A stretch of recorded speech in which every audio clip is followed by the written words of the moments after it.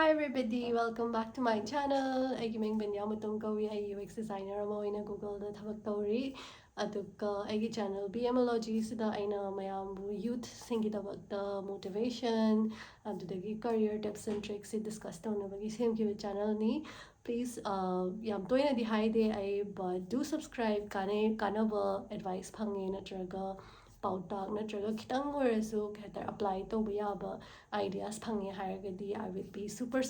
happy. So let's get on with the video.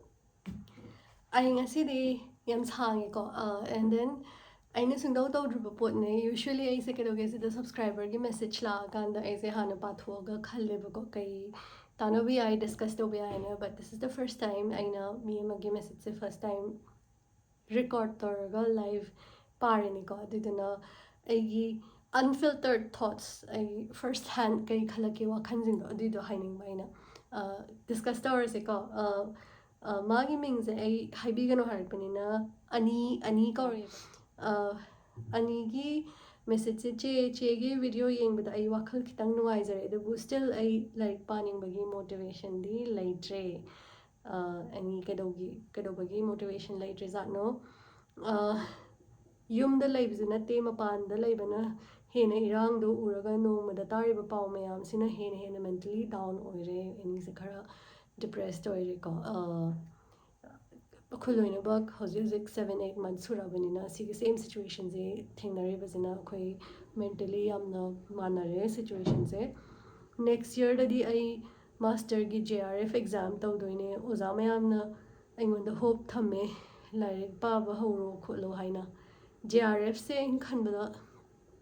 some research exam male mi khambiragadi comment tawbiramo aisu understand the way uzana hainingba mawong aibu khanbiba miyam mangda moigi su chhatrana aphaba oirakpado nungai janaba sida sunate family rom dai su baba ima na lairik pau kenta changanu wakhalda hairezungamde adadi maze parents na zu teachers yamna su hope yamna thamba caliber yam wangba student maliko anisa aduda koi thokpa langning bazu phaude please help me I'm trying to help no pai wane jimanda ko but I really feel you I'm really trying to help you I exam si thanaba lyric se noma paramani nongalaga bit yawdabai to ani consistent ama oide aibu khita motivate tawbiyo che I hope you will see my message on time I hope I am making this video on time ani adu nangse aina khanbada consistency is king nangsu khangjaramgani nangna khange ji problem oirena adugi damakta message tharpa male ko nongma like parni nongalaga bit yawdre me ka charang ba irangi pau kharlani and then you cannot study anymore I feel you it's the same thing adu tarsu khoise hotnadabadi yade ko nangi hotnabaje nongma tawdabajidi yamna kanaroi phattabane I am strong over word sinarage phattabane siko nangi goal nangi aim loinmak thugarakani kaigino dadi nangje nongma tawdosina nangi habit se break torineba ko nangi brain je train tawba ngamdreba ko aduduna nangje yam warzu wana lari manakta phammaga just pathokpa ngamdraju just straight away eba khotpa tawraga somehow or the other sigi topics interesting oidre okay next move on to the other topic sigi subjects in oidre okay let's move on next topic nangna khwai nuaijaba topic to pao nangna demotivated orakanda ya motivated orakanda khwaidagi difficult oiba subject to pass pana bhona basego adumaina balance tawraga pana bhona na tatardi maina dum charang naraga next day motivation yauni motivation yaudi don't rely on motivation discipline ama habit ama form tawna hotna je ko mina aigi potential se uraga nang ngamgani nangna line crack tawgani expectations yam laiba male ani nangonda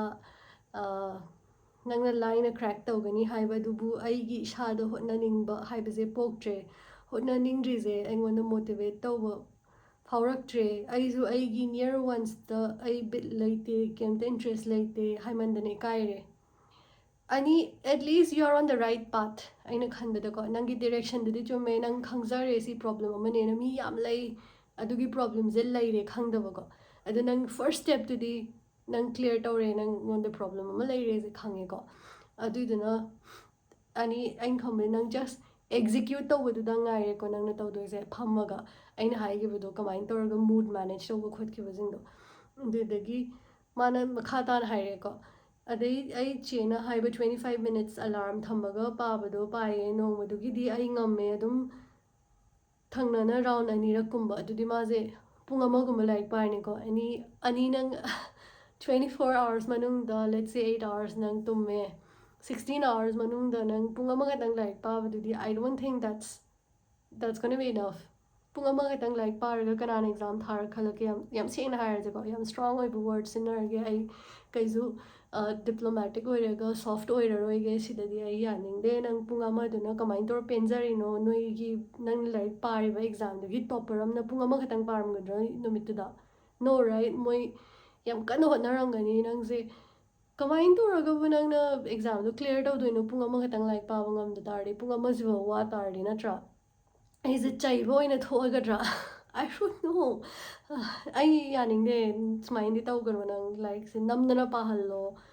subject change tawdana mood change tawdana phamum change taw see what motivates you discipline amanang soidana cultivate tawba yadre sidi ko nang exam do yaroi pung ama khatangna aduman so haijai jine yone adubu next morning the adugi motivation do amuk phangde adugi yam tanthai ye competitive exam matamdi sum kuiraktre ishadadi पंखी the key रे ngamoi haina like padrabnina yam honestly harake ki taba natra like to paraktre numitri sum yam jalaktre syllabus tuna sum chawo malani ki vehelani ki na paba ngamaroi somehow breathe go breathe and then you have to sit down and read and then study natta tadi ka mind to doino nangi mang de la kananum na pabi ga dro haiza ai simadi yam yaning de ko sumain tawraga phamdo leibadudi ai yaningde mina ai si aigi potential ubade aingonda larik yam paramni nangdi adu ada tabada ishada yam sauningbasu phawe aduna khangdana panghai haijen le haina ai adai ozana su larik pau kaina yam haira e mama baba na su larik pau haibadai hende ai su hoi paage hairaga kaisu yamna pabasu ngamde nongma ma pura khanbada ta mangbasu yam yawe aina haidra dangsi yararoi ani sigi habit sidi yararoi you either give up nang chene khallaga tarogo simade nang next year gi se yare ngamaroi na khangera adudi peace of mind leiro adugi next year da tharagi na khallagera adu tardi maybe yam overwhelming oirambasi ai nang syllabus yam chawrambasi ai aduduna yam overwhelming oire next year yaroi khandokro ai sarcastic oirini ko haiza sumaindi khanba yade yadabanina phamdaraga pataba nangna matam mangiba mayamdo last 3 4 7 months 8 months sujale khoi irangse adudagi hor iran nang kamai torgano nang like partrese nang phamdaraga adu loin bak makeup tawtaba I don't think nangi hojiki se continue tordi yararoi nang exam dadi ko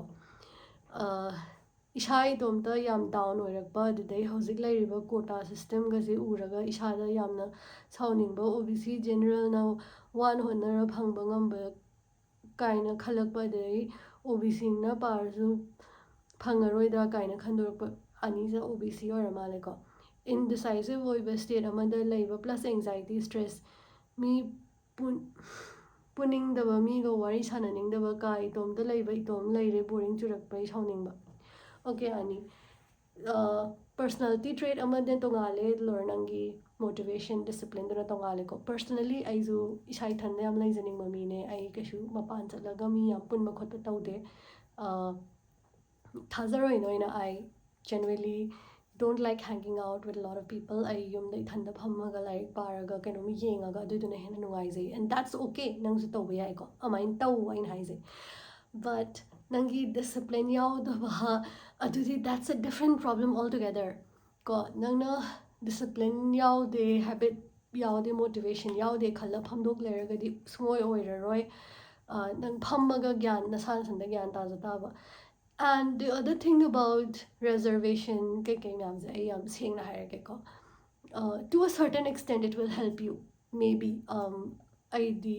ꯑꯩꯉꯣꯟꯗꯗꯤ help ꯑꯝꯇ ꯂꯥꯛꯈꯤꯗꯦ ꯑꯩꯈꯣꯏ ꯑꯗꯨꯝ general the ꯊꯥꯔꯛꯄꯅꯤꯅꯀꯣ but maybe after a certain point of time ꯅꯪꯅ achieve ꯇꯧꯅꯤꯡꯕꯁꯤꯡꯗꯣ ꯑꯗꯨꯒꯨꯝꯕꯁꯤꯡꯗꯨꯗ rely ꯇꯧꯔꯒ ꯌꯥꯔꯣꯏꯕꯀꯣ ꯑꯗꯨ discipline ꯑꯗꯨꯗꯒꯤ field-ꯗꯁꯨ ꯂꯣꯏꯅꯃꯛ ꯇꯣꯡꯉꯥꯜꯂꯦ ꯒꯚꯔꯟꯃꯦꯟꯠꯀꯤ ꯐꯪꯉꯛꯄ ꯑꯗꯨꯗꯒꯤ ꯀꯩ ꯍꯥꯏꯇꯥꯔꯦ advantages ꯈꯔꯗꯤ ꯂꯩꯔꯝꯕ ꯌꯥꯏ but in order to ꯀꯩ ꯍꯥꯏꯇꯥꯔꯦ ꯅꯪꯁꯦ ꯃꯤꯌꯥꯝ ꯃꯃꯥꯡꯗꯒꯤ ꯃꯀꯣꯛ ꯊꯣꯡꯒꯦ ꯍꯥꯏꯇꯥꯔꯗꯤ ꯑꯗꯨꯒꯨꯝꯕꯗꯨꯗꯤ ꯈꯟꯕ ꯗꯔꯀꯥꯔ ꯀꯩꯝꯇ ꯂꯩꯇꯦꯀꯣ you just have to do your very very best and you just have to think ꯅꯪꯁꯦ ꯃꯌꯥꯝ ꯃꯥꯡꯗ ꯃꯀꯣꯛ ꯊꯣꯡꯅꯤꯡ ꯇꯥꯔꯗꯤ ꯀꯔꯤ level of effort ꯊꯥꯗꯒꯅꯤꯗꯣ ꯀꯣ ꯑꯗꯨꯗꯤ ꯑꯩꯁꯦ stressed out ꯑꯣꯏꯔꯦ ꯃꯤ ꯃꯌꯥꯝꯅ ꯉꯥꯡꯖꯜꯂꯦ ꯑꯗꯨ ꯃꯌꯥꯝꯗꯨꯗꯤ ꯆꯪꯐꯝꯗꯤ ꯊꯣꯛꯇꯦꯕꯀꯣ ꯅꯪꯅ ꯍꯣꯠꯅꯔꯒ ꯅꯪꯅ ꯌꯧꯅꯤꯡꯕ ꯒꯣꯜꯗꯣ ꯑꯗꯨ ꯈꯛꯇꯪꯅꯦꯕ ꯃꯤꯠꯇ ꯎꯗꯧꯁꯦ ꯍꯧꯖꯤꯛ ꯅꯪ ꯃꯥꯅꯗꯣ ꯍꯥꯏꯖꯜꯂꯛꯑꯦ ꯃꯥꯅꯗꯣ ꯍꯥꯏꯖꯜꯂꯛꯑꯦ ꯑꯗꯨ ꯃꯌꯥꯝꯗꯣ ꯀꯣꯛꯇ ꯆꯪ ꯂꯩꯇꯥꯔꯗꯤꯀꯣ ꯄꯨꯟꯁꯤ ꯆꯨꯞꯄꯁꯦ ꯅꯪ ꯑꯗꯨꯒꯨꯝꯕ ꯉꯥꯛꯇ ꯈꯜ ꯂꯩꯔꯅꯤꯕꯀꯣ ꯑꯗꯨꯗꯨꯅ ꯑꯩꯒꯤꯗꯤ ꯄꯔꯁꯅꯦꯂꯤ ꯑꯩꯒꯤ ꯒꯣꯜ ꯈꯔ ꯂꯩ ꯑꯗꯨ ꯑꯩꯅ ꯑꯆꯤꯞ ꯇꯧꯖꯗꯣꯏꯅꯤ ꯃꯤ ꯑꯇꯣꯞꯄꯒꯁꯨ ꯀꯝꯄꯦꯌꯔ ꯇꯧꯅꯤꯡꯗꯦ ꯀꯣ ꯑꯗꯨꯗꯒꯤ ꯑꯩꯅ ꯑꯥꯏ ꯐꯤꯜ ꯂꯥꯏꯛ ꯑꯩꯁꯦ